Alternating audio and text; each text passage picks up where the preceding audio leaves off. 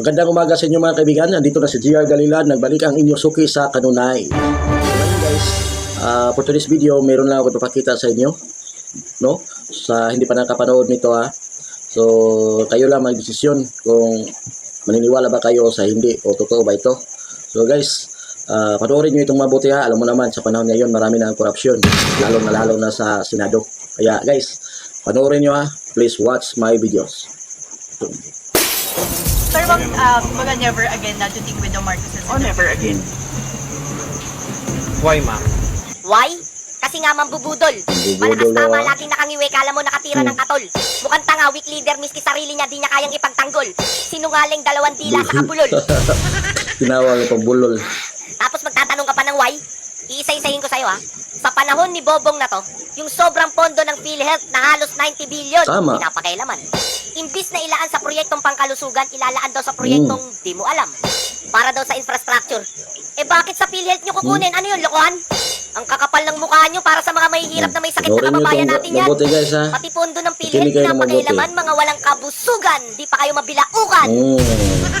Ang laki pa ng bayarin. Bakit siya ilalaan sa infrastructure? Bakit sa PhilHealth kukunin? Bakit nga ba? Bakit sa Napakahirap PhilHealth? na mahirap talaga. Wala maasahan. Sana inaasahan natin tutulong sa ating gobyerno. Ganun nga. Kawawa talaga mga Talaga, Pilipino. kawawa talaga tayo. Tapos yung contribution ng PhilHealth, in-increase pa ng 5% ng mga ano? damuho. Kada buwan, nagbabayad yung premium member ng 500 pesos na kinakaltas kada sweldo. Trabaho ka ng trabaho, kaltas sila ng kaltas, ang baba pa ng Tama, sweldo. baba lang sweldo natin, yung sahod natin guys. Pero yung nabilihin sobrang mahal. 5%. Sira ulo, paano yung sweldo? Kung mag-i-increase kayo sa contribution, mag-increase din kayo Tama, sa sweldo, tama. saka sa benepisyo. Mag-increase kayo. Increase kayo ng increase, ang baba na sweldo, at taas pa ng bilihin, kakarampot na lang matitira sa mga nagtatrabaho. Lalo na sa mga palay Tapos sasabihin ngayon, nyo, mahal ang nyo yung mura Pilipino. lang. Ang mahal nyo lang yung bulsa nyo. Ang mayaman pagka nagkasakit, dadalhin sa ibang bansa. Ang mahirap pagka nagkasakit, dadalhin ka lang sa kama. Bahala ka kung mabuhay ka pa. Sa presyo pa lang ng bill ng ospital, matutuluyan ka na. Imbis na tulong yung ibigay, perwisyo. Imbis na mahihirap, putek, mga buhaya yung mga nagbibenepisyo. Nakikiusap ako sa inyo, President Bongbong Marcos, Secretary Recto. Tigilan niyo na yung pagta-transfer ng Sali. pondo. Gawin niyo po yung dapat para sa bayan. Oo nga naman, tigilan nyo na yung pagtatransfer ng pondo ng PhilHealth, bobong sa Recto. Teka, Recto? Ba't nandito to? Binoto ba natin to? Sinong demonyong alagad ni Taning ang nagpasok dito? Pati sa pondo ng PhilHealth, nangingialam to. Nako. Hoy, pakailamero, nasaan na yung pondo? Asa na? Ilabas mo na yung pondo.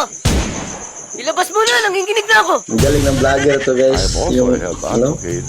It just so happens I'm the Secretary of Finance at may utos ang Kongreso dito. Yung guys, no, hindi siya matatapot to. So baka... Boom! Huli! Walang yaka, speaker, ikaw na naman. Ang sabi niya, may utos daw ang Romualdez. Kongreso. Paano ba yan? Basta usapan talaga pondo. Lagi ka na lang may kinalaman. Tanga na lang talaga, tanga na lang talaga, baboto dyan. Yeah. Eh. Budoy. Ang galing nito mag-edit guys. Ang galing mo talaga, Budoy. Kung ano man yan sinesenyas mo, ikaw lang ang nakakaintindi. Pagdating talaga sa pondo, putragis wala na kaming masabi. Kung gaano kalaki yung pondo, yung bulsa mo, ganun din kalaki. Dahil sa'yo, sisemplang yung pinsan mo, parang motor na sisemplang sa kumpada ng Marilaki.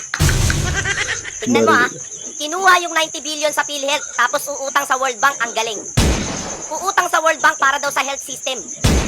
Ulitin ko ha, kinuha yung 90 billion sa PhilHealth, tapos uutang sa World Bank, ang galing.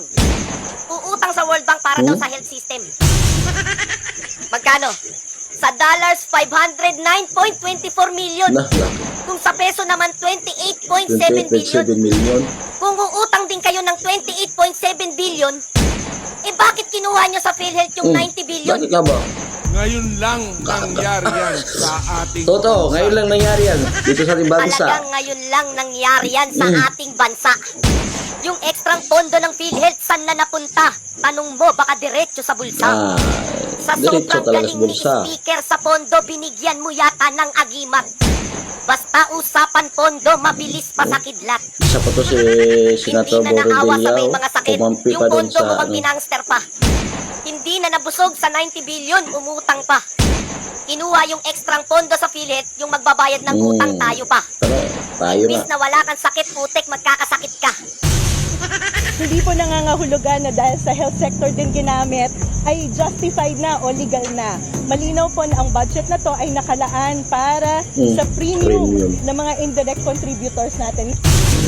Of the way that people do as much as they can. Now that we have found that, we hear that it's a better Ano to, Kita bangal nyo, talaga to si bilyon na ano. na pinag-uusapan, partida, Bongbong, wala ah. pang project yan.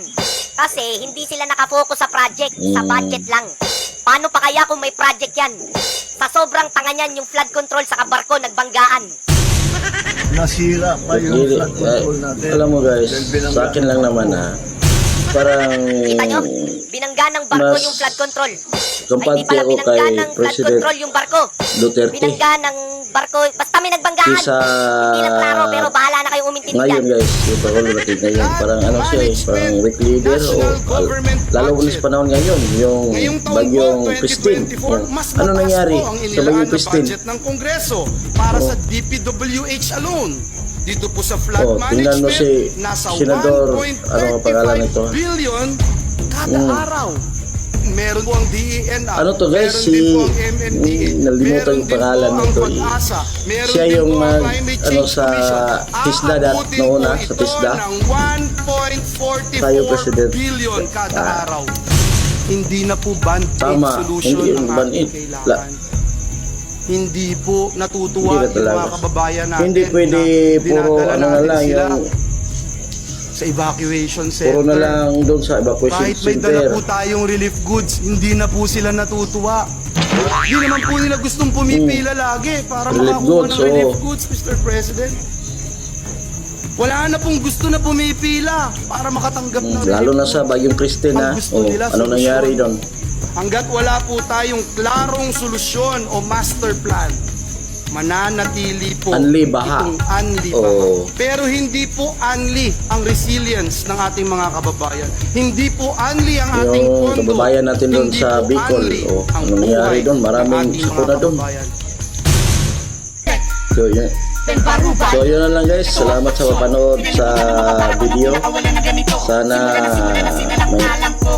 magustuhan nyo. At saka guys, paki-like and share and follow na lang po ha.